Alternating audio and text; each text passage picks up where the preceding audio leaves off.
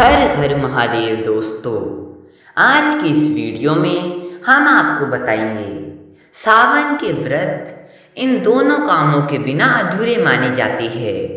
और सावन का व्रत रखते समय भूलकर भी यह 3 गलतियां नहीं करें, इससे व्रत भंग हो जाता है और भगवान शिव रुष्ट हो जाते हैं, जिससे आपके घर में घोर संकट आने लगता है। दोस्तों, सावन का व्रत हर शिव भक्त के लिए सबसे बड़ा और खास व्रत माना जाता है।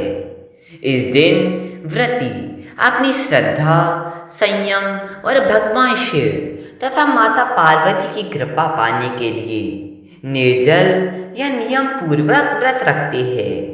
लेकिन भक्तों, क्या आप जानते हैं कि सावन का व्रत 2 कामों के बिना अधूरा माना जाता है?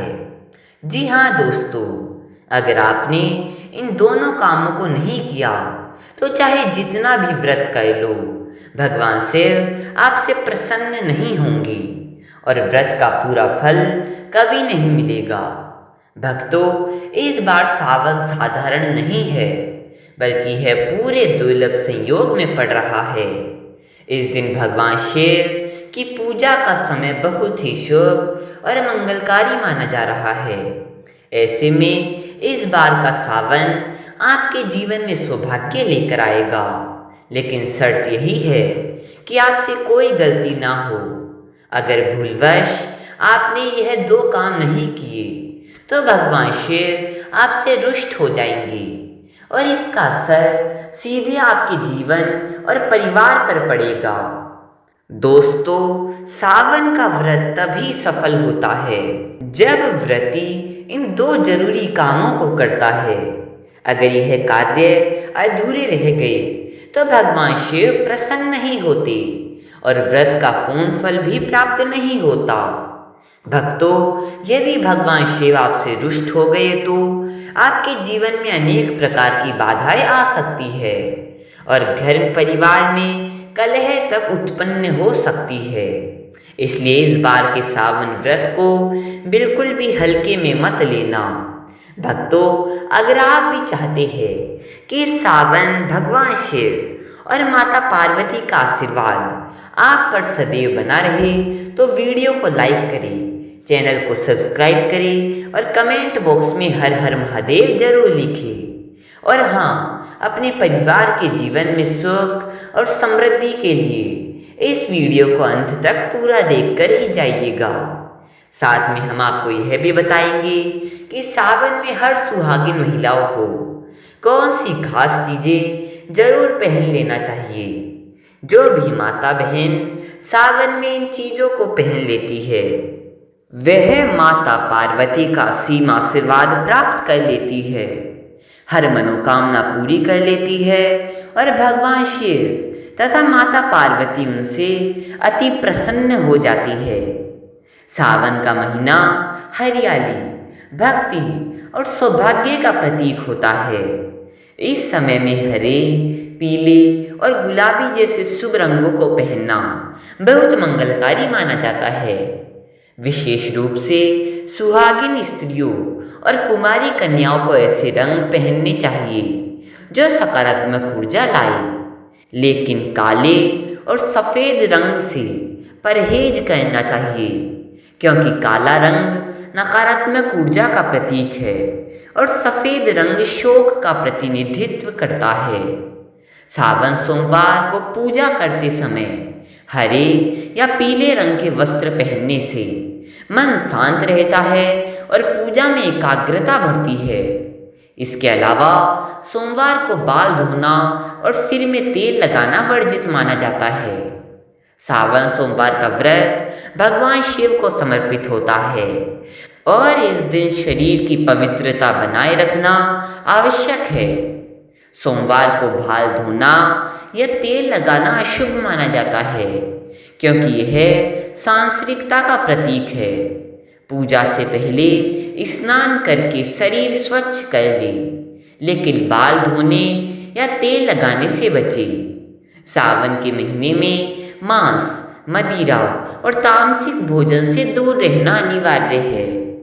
तामसिक वस्तुएं शरीर में आलस्य और मानसिक अशांति उत्पन्न करती है, जिससे व्यक्ति शिव कृपा से वंचित हो सकता है।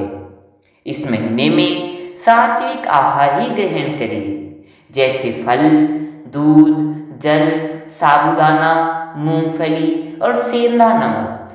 सावन में किया गया व्रत और शिव उपासना मन की शुद्धि का माध्यम है। इसके साथ ही व्रत रखकर कभी भी दूसरों को नीचा दिखाने का प्रयास न करें। यदि व्रती के मन में अहंकार आ जाए तो व्रत का पुण्य निष्फल हो जाता है। दूसरों को नीचा दिखाना भक्ति नहीं बल्कि आत्म प्रशंसा है। भगवान शिव को नम्रता प्रिय है। व्रत का उद्देश्य आत्मा को शुद्ध करना है, न कि दिखावा करना। सावन मास में भगवान शिव की पूजा करने वाली स्त्रियों को झूठ बोलने और कटु वाणी का प्रयोग करने से बचना चाहिए। किसी को ताना मारना या कठोर शब्द कहना वर्जित है, क्योंकि यह पुण्य को नष्ट करता है। इस महीने में कम बोलकर अधिक प्रभु ध्यान करना शुभ माना गया है। भगवान शिव की पूजा में अर्पित की जाने वाली वस्तुओं में भी सावधानी रखें। शिवलिंग पर तुलसी, हल्दी या केतकी का फूल कभी न चढ़ाए। तुलसी जी विष्णु जी को प्रिय है, हल्दी वैराग्य के विपरीत है और केतकी का फूल श्रापित है। पूजा में केवल बेलपत्र, दूध, जल, भांग, धतूरा और सफ़ेद पुष्प ही अर्पित करें। बिना स्नान किए रसोई घर में प्रवेश न करें और न ही पूजा करें। प्रातः जल्दी उठकर स्नान करने के बाद ही रसोई या पूजा का कार्य प्रारंभ करें। सावन में पति या घर के बुजुर्गों से कटुता या झगड़ा न करें। घर में सुख शांति का वातावरण बनाए रखें, क्योंकि परिवारजनों का अनादर करने से व्रत का पुण्य नष्ट हो जाता है। पूजा स्थल पर शिव और पार्वती की मूर्तियों के बीच दूरी न रखें। उन्हें सदैव एक साथ युगल रूप में स्थापित करें, ताकि दाम्पत्य जीवन में मधुरता बनी रहे। अब जान लेते हैं उन विशेष श्रृंगार सामग्रियों के बारे में जिन्हें सावन में धारण करने से माता पार्वती और भगवान शिव प्रसन्न होते हैं। पहला है माथे पर बिंदी लगाना।